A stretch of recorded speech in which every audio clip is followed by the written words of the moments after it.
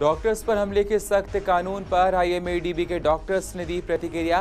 कहा, कानून बनने से हम लोग हैं खुश, कुछ और भी बातों पर होना चाहिए इम्प्लीमेंटेशन। गांधीनगर में पुलिस वाले पीपीई किट पहनकर कर रहे हैं चेकिंग। लॉकडाउन पर दिल्ली पुलिस हर जगह सजग। पीपीई किट मिलने से पुलिस वालों में दिखी खुशी।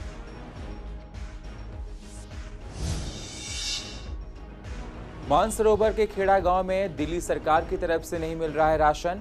भूख से परेशान है जनता। क्षेत्रीय विधायक पर इलाके की अनदेखी के लगाए आरोप। भूख के लिए तड़प रही है जनता। दयानंद बिहार में कोरोना मरीज का सर्वे कर रही आशा वर्कर के पास नहीं है सुरक्षा किट। प्रशासन पर मास्क, ग्लव्स, किट न देने की कही बात। घर घर जाकर ऐसे ही कर रही हैं सर्वे। और मेयर अंजू कमलकांत ने 100 परिवारों को बांटा राशन का सामान। बीजेपी जिला अध्यक्ष और आरएसएस के कार्यकर्ता रहे मौजूद।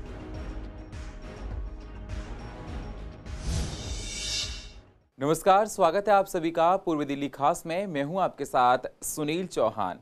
अब होते हैं रूबरू पूर्व दिल्ली की अहम खबरों के साथ। देश में कोरोना को लेकर दहशत है, जिसकी वजह से लोग हर बात बहुत सावधानियां बरतने के बाद ही कह रहे हैं। लेकिन कई इलाकों पर प्रशासन की लापरवाही सामने आ रही है। पूर्व दिल्ली के कई इलाकों में आशा वर्कर्स कोरोना के मरीजों का सर्वे कर रही हैं। इनके विभाग ने इनको ये जिम्मेदारी सौंपी है। ये लोग सर्वे तो कर रही हैं, लेकिन इनके पास सुरक्षा के लिहाज से कुछ भी नहीं है, जिससे ये लोग इस भयंकर बीमारी से बच सकें। ना इनके पास मास्क है, ना ग्लव्स हैं और ना ही कोई किट है, जिसे पहनकर ये लोग घर घर जा सकें और अपना बचाव कर सकें। अब सोचो, इस मुसीबत की घड़ी में प्रशासन की कितनी बड़ी लापरवाही सामने आ रही है। अगर इनमें से किसी को इस बीमारी ने अपनी जद में ले लिया तो सोचो इसका नतीजा कितना गंभीर होगा। ये इन लोगों से कितने लोगों में संक्रमित होगा। ये प्रशासन की बहुत बड़ी लापरवाही है और इस पर संज्ञान लेना बहुत जरूरी है। दैन बिहार में सर्वे करने के लिए बुलाया था हमें। ना ही तो कोई मास्क देते हैं, ना ही कोई ग्लव्स देते हैं। ऐसे ही हमें बुला लेते हैं सर्वे करने के लिए। अगर हमारी जान भी तो जोखिम में आ सकती है। करीबन पूरी दिल्ली की आशा काम कर रही है, तो कुछ भी चीजें प्रोवाइड आप लोग कोई चीज प्रोवाइड नहीं करते हैं। ऐसे ही बुला के हमें सर्वे करवाने के लिए ले जाते हैं कि हाँ जी ऐसी कॉलोनी में जा रहे हैं, उसके आसपास के 10-10 घर करने होते हैं। हमें कोई चीज़ें नहीं हमें प्रोवाइड की। बस ये केवल हमें फॉर्म दिए जाते हैं कि फॉर्म भर के लाइए, फॉर्म भर के लाइए। डेली ने फ़ोन करने हैं, डेली आपको रिपोर्ट करनी है इनकी। नहीं अभी तो बस ये मास्क वगैरह दिया था बस। सैनिटाइजर्स दिए, नहीं कुछ नहीं दिया हमें। बस सर्वे के लिए निकल जाते हैं। हाँ जी। और रिपोर्ट मांगी जाती है आपकी। हाँ जी। किस डिपार्टमेंट में ये रिपोर्ट्स आप लोग जो है वो जमा कराते हैं? हम अपनी डिस्पेंसरी में ही जमा कराते हैं। ये हाँ जी मैम, ऐसा डर तो है क्योंकि हमारे घर पे भी छोटे छोटे बच्चे हैं। मजबूरी है। हाँ जी, करना पड़ता है काम। चलिए, तो आपको बता रहे हैं उन महिलाओं का दर्द जो आशा वर्कर हैं और उन्हें डिस्पेंसरी से रोजाना उन तमाम कॉलोनीज में जाना पड़ रहा है जहां पर कोरोना के पेशेंट निकल रहे हैं, या फिर ऐसे घरों का सर्वे जहां पर कोरोना पेशेंट निकले हैं और उस कॉलोनी का पूरा सर्वे इन्हें करना है। ऐसी ही कॉलोनी से हम इन महिलाओं से बात करने आए हैं जहां पर ये सर्वे कर चुकी हैं। हाथ में दस्तावेज इनके नजर आ रहे हैं, जमा कराने होते हैं रोजाना। लेकिन सबसे बड़ी दुख की बात यह है कि जो चीज़ें डिपार्टमेंट की ओर से इन्हें प्रोवाइड करी जानी चाहिए वो चीज़ें इनके पास नहीं है। ना तो इन्होंने बताया है सैनिटाइजर इन्हें दिया गया है, ना ही ग्लव्स, ना ही कोई किट इनके पास मौजूद है। और इसी तरीके से रोजाना ये लोग घरों के सर्वे करने जा रहे हैं और इन्हें अब ये डर सताने लगा है कि कहीं ऐसा ना हो कि अपने घरों में इस बीमारी को लेकर जाएं उन तमाम कॉलोनियों से जहां पर ये लोग रोजाना सर्वे के लिए जा रही हैं। कैमरा पर्सन मोहित के साथ मैं वंदना कश्यप, कैंट, CCN। कोरोना के संकट में तमाम डॉक्टरों और स्वास्थ्य कर्मियों पर हमला करने वालों के खिलाफ जारी सख्त अध्यादेश को राष्ट्रपति रामनाथ कोविंद ने मंजूरी दे दी है। इसके साथ ही अध्यादेश अब कानून बन गया है। ऐसे में स्वास्थ्य कर्मियों पर हमला करने वालों को अब गंभीर नतीजे भुगतने पड़ेंगे। उन्हें कैद और जुर्माना दोनों हो सकते हैं। अपनी जान जोखिम में डालकर डॉक्टर्स, नर्स और सभी स्वास्थ्यकर्मी इन दोनों लोगों की जान बचाने में जुटे हुए हैं। लेकिन देश के अलग अलग हिस्सों में उन पर खतरनाक हमले हो रहे हैं। इन हमलों के खिलाफ केंद्र सरकार ने सख्त रुख अख्तियार किया और इस पर कानून बनाने का फैसला किया। सरकार स्वास्थ्य कर्मियों पर हमले रोकने के लिए बुधवार को अध्यादेश लेकर आई थी, जिसे राष्ट्रपति रामनाथ कोविंद ने अपनी मंजूरी दे दी है। इस कानून के तहत मेडिकल टीम पर हमला करने पर 3 महीने से 5 साल की सजा और 50,000 से 2 लाख रुपए तक का जुर्माना होगा। अगर गंभीर नुकसान हुआ तो 6 महीने से लेकर 7 साल की सजा भी हो सकती है और जुर्माना भी 5 लाख रुपए तक का हो सकता है। अगर स्वास्थ्य कर्मियों की गाड़ियां या क्लिनिक को नुकसान पहुंचाया गया तो ऐसा करने वालों से नुकसान का मार्केट वैल्यू से 2 गुना दाम मुआवजे के रूप में वसूला जाएगा। स्वास्थ्य कर्मियों के लिए 50 लाख के इंश्योरेंस की भी घोषणा की गई है। इसी पर जब हमने Indian medical association east Delhi branch के senior vice president doctor Gautam Singh, doctor Hari Singhani और senior gynaecologist doctor Meena Hari Singhani से बात की तो उन्होंने क्या कहा, आइए आपको सुनाते हैं। डॉक्टर अपनी पूरी मेहनत लगा के, पूरा एफर्ट लगा के उस मरीज़ की जान बचाने की कोशिश ही कर सकता है। किसी को 100% जो है वो डॉक्टर ठीक तो कर नहीं सकता और ये हम सब जानते हैं कि एक दिन मृत्यु तो होनी है। मगर अब अधिकतर ये देखा जा रहा है कि आज के समाज के अंदर अगर किसी की मृत्यु हो जाती है तो वो सीधे डॉक्टर को ही जिम्मेवार मानते हैं, डॉक्टर की लापरवाही मानते हैं। लोग जो हैं वो भीड़ भड़का करके डॉक्टर को रोक देते हैं, आगे किसी मरीज को देखने नहीं देते। एक ऐसा सख्त कानून आना चाहिए जिसके अंदर जिस जगह पे ये लिखा गया है कि आप सरकारी अफसर के ऊपर हाथ नहीं उठा सकते, आप पुलिस वाले के ऊपर हाथ नहीं उठा सकते, आप जज के ऊपर हाथ नहीं उठा सकते, उसी जगह डॉक्टर का नाम भी ऐड कर दिया जाए कि वो डॉक्टर जो अपनी ड्यूटी कर रहा है उसके ऊपर आप हाथ नहीं उठा सकते। सरकार ने एक कानून तो बनाया है मगर ये कानून का संशोधन उन्होंने एक एपिडेमियोलॉजी के अंदर और एक पैंडेमिक कानून के अंदर जो है उसको रखा है कि जब तक ये पैंडेमिक स्थिति है तब तक।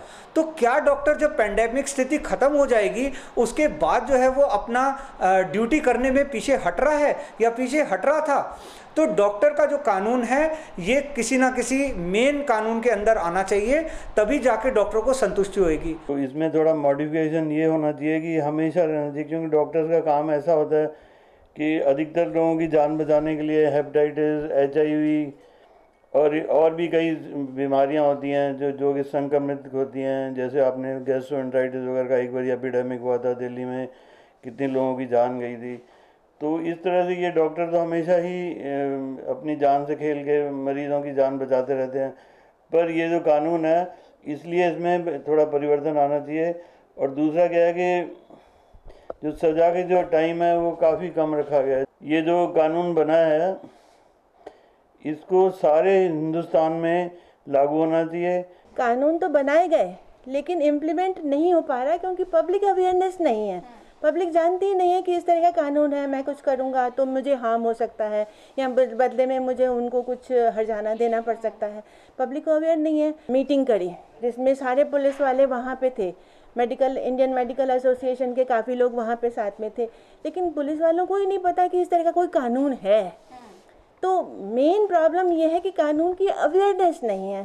सामाजिक विश्लेषण होना चाहिए कि इस तरह से ये प्रॉब्लम क्यों आ रही है और ये कानून की ज़रूरत क्यों पड़ी और ये कानून का कितना स्ट्रिंजेंट कानून की ज़रूरत है और ये इम्प्लीमेंट कैसे हो। दिल्ली की अरविंद केजरीवाल सरकार अपने काम को लेकर बार बार दावे करती है कि हम इस संकट की घड़ी में जनता के साथ हैं और जनता के लिए काम कर रहे हैं। लोगों को समय पर खाना मिल रहा है। बेसहारा मजदूर लोगों के लिए दिल्ली सरकार लगातार काम कर रही है, ऐसा दिल्ली सरकार कहती है, लेकिन ये सत्य नहीं है। पूर्वी दिल्ली के मानसरोवर के खेड़ा गांव में लोगों को 2 दिन से खाना नहीं मिला है।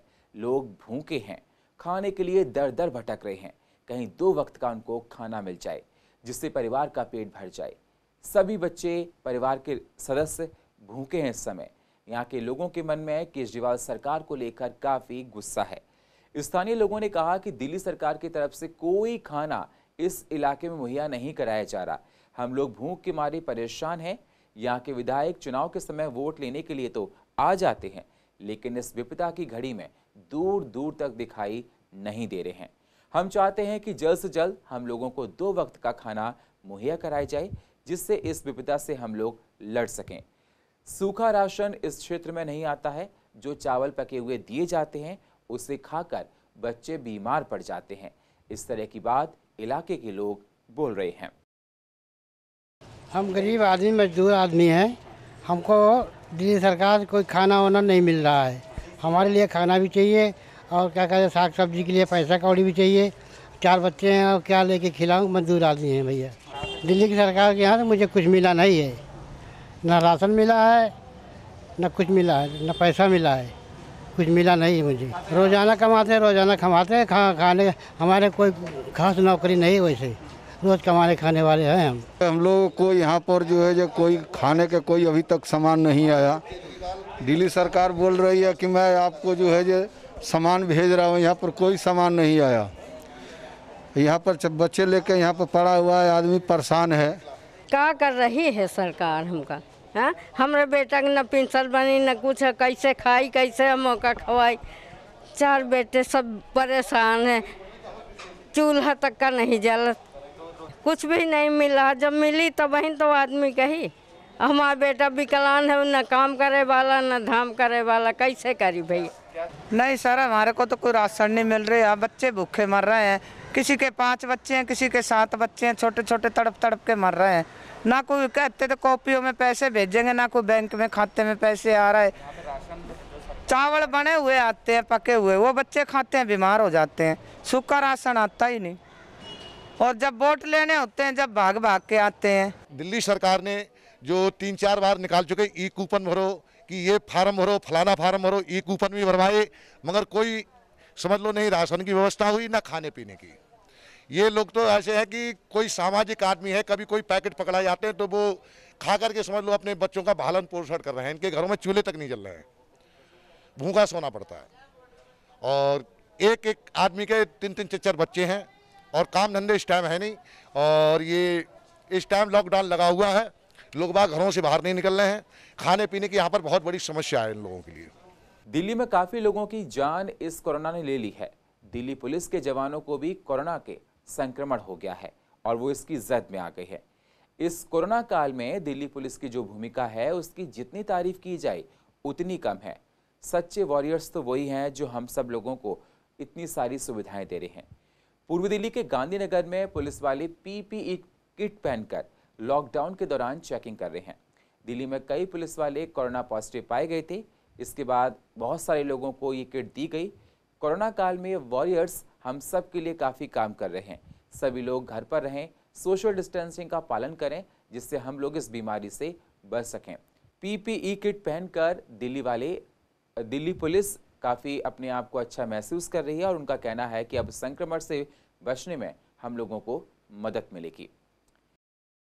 सीनियर अफसरों के आदेश हैं जिसमें हम अपना भी बचाव करना है और दूसरे जो इससे संक्रमित हों उनसे अपने को बचाना है और उनसे और पब्लिक को बचाना है।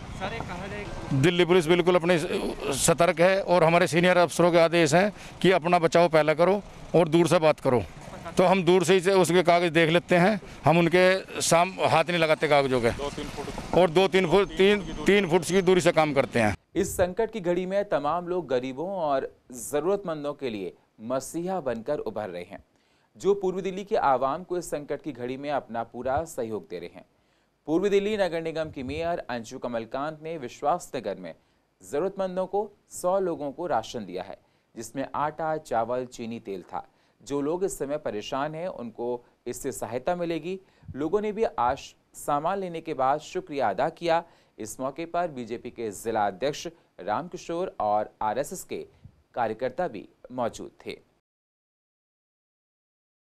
जब ये काल शुरू हुआ तो लॉकडाउन में जो गरीब लोग हैं जिनके पास अपना पैसा कमाने के साधन खत्म हो गए, काम पे नहीं जा रहे, तो प्रधानमंत्री मोदी जी के आह्वान पर कि भारतीय जनता पार्टी के कार्यकर्ताओं को ये सुनिश्चित करना है कि कोई भी व्यक्ति भूखा ना सोए, उसी के तहत भारतीय जनता पार्टी के कार्यकर्ता और राष्ट्रीय स्वयंसेवक संघ के कार्यकर्ता नर सेवा नारायण सेवा की तहत इन गरीब लोगों को राशन देने का ये कार्यक्रम आज रखा गया है। तो जितने भी हमारे आसपास के जो लोग हैं जिनके पास कमाई का साधन नहीं है, उनकी आजीविका का साधन खत्म हो गया, तो उन परिवारों को हमने ये लगभग आज हमने 100 से ऊपर परिवारों को आज हमने राशन का वितरण करा है। सुरक्षा कर्मियों को, सफाई कर्मियों को, स्वच्छता कर्मी जो हैं हमारे, इन सबको हम बड़ा अप्रिशिएट कर रहे हैं। लेकिन उसके साथ साथ बहुत बड़ा वर्ग हमारे देश में ऐसा है जो रोजाना की आवश्यकताओं के अभाव में जूझ रहा है। उन सब की आवश्यकताओं को पूरा करने के लिए जो भामाशाह आगे आ रहे हैं, वास्तव में वो भी उतने ही स्तुत्य हैं उनके भी उतना ही आभार हमें करना चाहिए जितना हम औरों का कर रहे हैं। देखिए, ये एक ऐसी विपत्ति, ऐसा संकट आया है देश के ऊपर कि जो इस तरह के लोग हैं जो कि अपना खाना, एक टाइम का खाना जुटाने में भी असमर्थ हैं, तो ऐसे लोगों का मैं बताना चाहती हूँ कि हमारे सभी जनता पार्टी के कार्यकर्ता, सभी इस तरह के जो लोग हैं, ऐसे लोगों की सहायता करेंगे। जब तक भी लॉकडाउन होगा, जब तक हम पूरा प्रयास करेंगे अपनी तरफ से ये सहायता करने का, सेवा करने का। और मेरे विश्वास नगर वार्ड में मैंने तय किया है कि इस तरह के लोगों की सभी को सहायता मिलेगी, ये मेरा लक्ष्य है और यही मैंने तय किया है। दिल्ली सरकार इस संकट की घड़ी में दिल्ली की आवाम के साथ खड़े होने की बात कह रही है। मकान मालिकों से कह रही है कि लोगों से जबरदस्ती आप किराया वसूल नहीं सकते हैं। कांग्रेस के पूर्व निगम पार्षद रमेश पंडित ने कहा कि दिल्ली की सरकार को इस संकट की घड़ी में लोगों की भरपूर सहायता करनी चाहिए। उनको बहुत ज़रूरत है। जब से लॉकडाउन लागू हुआ है, तब जब तक लॉकडाउन रहे तब तक दिल्ली सरकार को बिजली का बिल नहीं लेना चाहिए, बिजली का बिल माफ़ कर देना चाहिए। पूर्व दिल्ली की आवाम का कहना है कि हम लोगों का कामकाज बिल्कुल बंद हो गया है, ठप पड़ा है। जो कुछ थोड़ी बहुत सेविंग थी उससे हम लोगों का गुजारा चल रहा है। केजरीवाल सरकार को हम लोगों के लिए थोड़ा सोचना चाहिए। जिस दिन से लॉकडाउन चालू हुआ है और उससे आने वाले 3 महीनों के अंदर लोगों की डिमांड है कि उनके जो बिजली के बिल हैं उनको पूरी तरह से माफ़ किया जाए, चाहे वो बिजली के बिल 250 यूनिट के हों या 400 यूनिट के बाद जब आपको 50% बिल देना पड़ता है उसकी बात हम करें, या 400 यूनिट से ज़्यादा का जो बिल आता है उसकी बात करें। चाहे हम दुकानदारों की बात करें, व्यापारियों की बात करें या कॉमर्शियल बिलों की बात करें, हम दिल्ली सरकार से ये मांग करते हैं कि ये जो बिजली के बिल हैं वो पूरी तरह से लॉकडाउन से लेकर 3 महीने तक के लिए माफ़ किए जाएं, ताकि आज जो इस बीमारी के कारण लोग रोजी और रोटी से मोहताज हैं वो लोग इससे बच सकें। मैं बिल्कुल चाहता हूं दिल्ली सरकार से कि भी हमारे बिजली के बिल माफ़ करे जाए, क्योंकि हम लोगों के काम धंधे बिल्कुल बंद हो गए हैं। हमारा जो रोज़मर्रा की ज़िंदगी थी वो बिल्कुल ख़त्म हो गई है, और जो हमारे पे अपनी पूंजी है वो हमारे अपनी रोज़मर्रा की ज़िंदगी के ऊपर खर्च हो रही है। रोज़ का राशन ये वो, अब उस पर ख़त्म हो रही है। जब हमारे काम धंधे नहीं रहेंगे तो हम बिल कहाँ से भरेंगे। तो मैं दिल्ली सरकार से बिल्कुल चाहता हूँ कि सब बिजली के बिल माफ़ किए जाएँ। बिजली के बिल तो बिल्कुल माफ़ होने चाहिए मैडम, क्योंकि यहाँ पे लोगों के लिए खाने के लिए पैसा नहीं है। हमारे रोज़ के काम धंधे सब बंद हो चुके हैं। डेली के कमाने वाले, खाने वाले कहाँ से लाएंगे और कैसे बिजली का बिल भरेंगे। दिल्ली सरकार से हमें हाथ जोड़ के अनुरोध है कि हमारे बिजली के बिल माफ़ होने चाहिए। पूर्व दिल्ली के शादरा के तेजाब मिल चौक के पास बने दिल्ली सरकार के स्कूल में लोगों को खाना बांटा जा रहा है। तमाम बेसहारा लोगों ने यहाँ आकर खाना लिया है।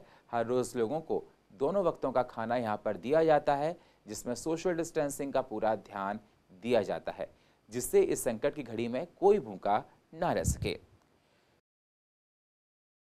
ये जगह है जी तेजाब मिल माता मंदिर स्कूल है ये, और करीब पिछले 22 दिनों से ये खाना डिस्ट्रीब्यूशन चल रहा है दिल्ली गवर्नमेंट और हमारे माननीय विधायक श्री रामनिवास गोयल जी के आज्ञा से।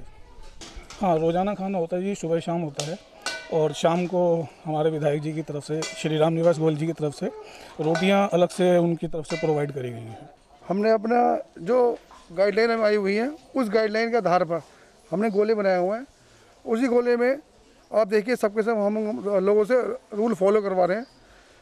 मेन हमारा जो मोटिव है कि ये जो कोरोना की बीमारी है, ये जो वायरस फैला हुआ है, लोगों को इससे बचाना है।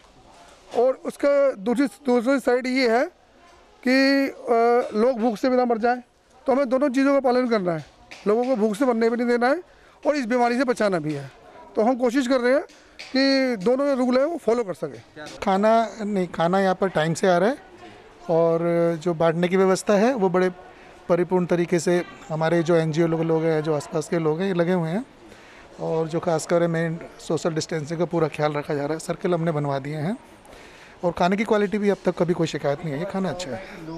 बाहर भी बता रहा हूँ ना मैं, आप बाहर देखेंगे, बाहर भी हमने गोले बनवा कर, जो बाहर वो सेल्फ डिफेंस वाले या होमगार्ड वाले लोग हैं, उन्होंने बाकायदा पूरी तरह से किया हुआ है। देश में लॉकडाउन 3 मई तक है। सभी लोग घरों में कैद हैं। अपने टाइम को पास करने के लिए रोज नए नए फंडों को अपना रहे हैं लोग। कोई बच्चों के साथ मस्ती करता हुआ दिखाई दे रहा है, तो कोई अपनी कोई फैमिली के साथ। किसी प्रकार इस टाइम को पास करने के लिए हर रोज कुछ ना कुछ क्रिएटिविटी दर्शक हमारे पास भेजते हैं। दर्शकों, आप भी इस लॉकडाउन को एंजॉय करें और एक तरह से कुछ ऐसा करें जो हमारे पास भेजें। हाँ, टाइम पास करना आजकल थोड़ा मुश्किल हो रहा होगा क्योंकि घर से बाहर नहीं निकल सकते हैं। घर से बाहर निकलेंगे तो कोरोना आपको अपनी जद में ले सकता है। हर रोज़ लोग अपने तरह तरह के वीडियो हमको सेंड करते हैं जिसमें बच्चे कितने टैलेंटेड हैं ये देखने को मिलता है। आज हमारे पास वीडियो पूर्व दिल्ली के कई इलाकों से आए हैं जो आपको हंसने के लिए मजबूर कर देंगे। आप लोग अपने क्रिएटिव वीडियो हमको भेजते रहिए। हम दर्शकों को आपके वीडियो के माध्यम से हंसाएंगे और गुदगुदाएंगे। हमें इंतज़ार रहेगा आपके वीडियो का और आने वाले अपने प्रोग्राम्स में हम उन वीडियो को चलाएंगे। हम उनको अपने प्रोग्राम में शामिल कर रहे हैं जो वीडियो आप हमको भेज रहे हैं। आप अपने वीडियो 8851338390 पर भी व्हाट्सएप भी कर सकते हैं।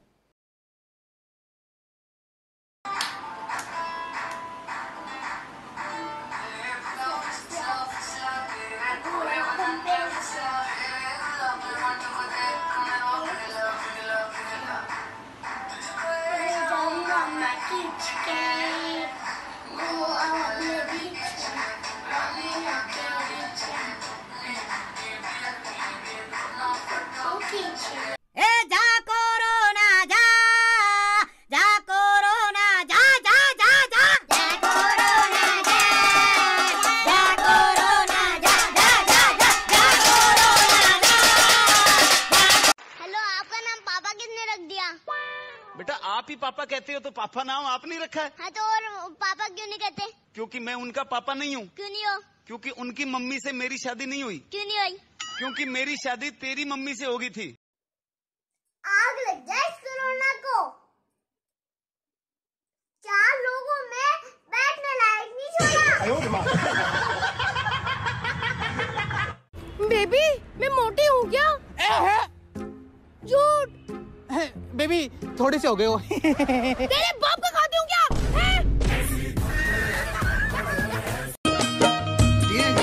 जी तवज्जो चाहूंगा, ये दिल की बात है। आपसे दिल की बात है।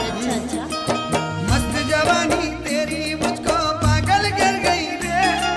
मस्त जवानी तेरी मुझको पहले कुत्ते पकड़ने की गाड़ी घूमती थी, इंसान मजे लेता था।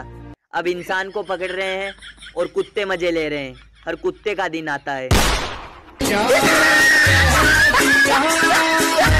तो अरबिक में गाएंगा सेम चुनरी चुनरी, तो कैसा गाएंगा तू? अल्लाह बहुत मुश्किल है मेरे को। मैं मुश्किल से चुनरी चुनरी याद किया है।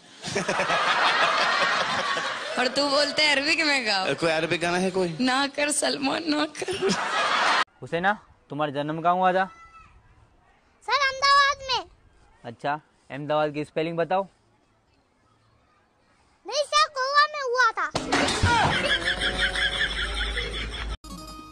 डेंगू भी आया मलेरिया भी आया। डेंगू भी आया मलेरिया भी आया। डेंगू भी आया मलेरिया भी आया। चिकनगुनिया ने कैसा कहर मचाया। भाई ये क्या कर रहा है? भाई दिन काट रहा हूँ।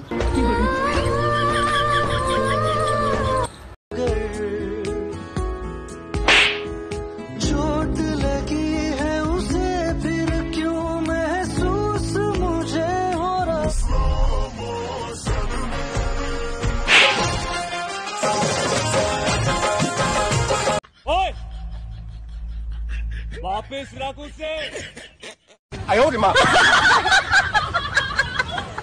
किन्ने एहसान मेरे सिर ते सोच सोच अखों हंजू चो गया। बापू तेरे करके मैं पैरां ते खलो गया। तू साइकिलां ते कट्टी ते मैं गड्डी जोगा हो गया। मेरा सर है दुखता। झूठ बोल रही है तू। नहीं झूठ बोल रही है। हर बार एक नया झूठ बोलती है और जब इसका झूठ पकड़ा जाता है तो एक और झूठ बोलती है। एक और मनगढ़ंत कहानी सुनाती है ये। एक दिन दुनिया खत्म हो जाएगी, लेकिन स्टार प्लस पे ये रिश्ता क्या कहलाता है कभी खत्म नहीं होगा। बच्चों बताओ पूरी दुनिया में कितने देश है? सर एक ही देश है, भारत। वो कैसे? बाकी सब तो विदेश है ना।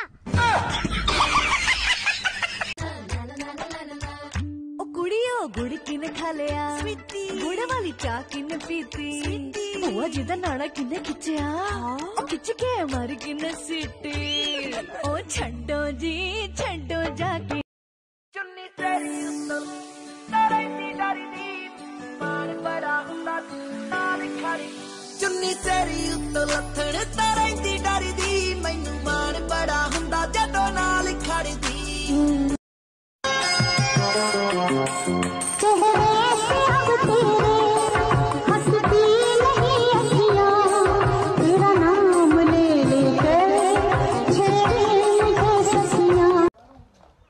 भाई तू यहाँ क्यों बैठा है? कोई बढ़िया सी वीडियो बना, अपना दिमाग लगा। भाई मेरे पास दिमाग ही नहीं है।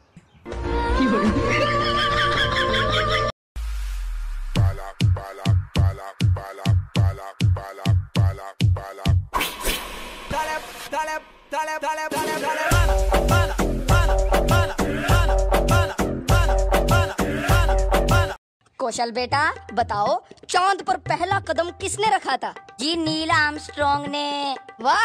और दूसरा? दूसरा भी तो उसी ने ही रखा होगा। वहाँ पे लंगड़ी थोड़ी खेलने गया था।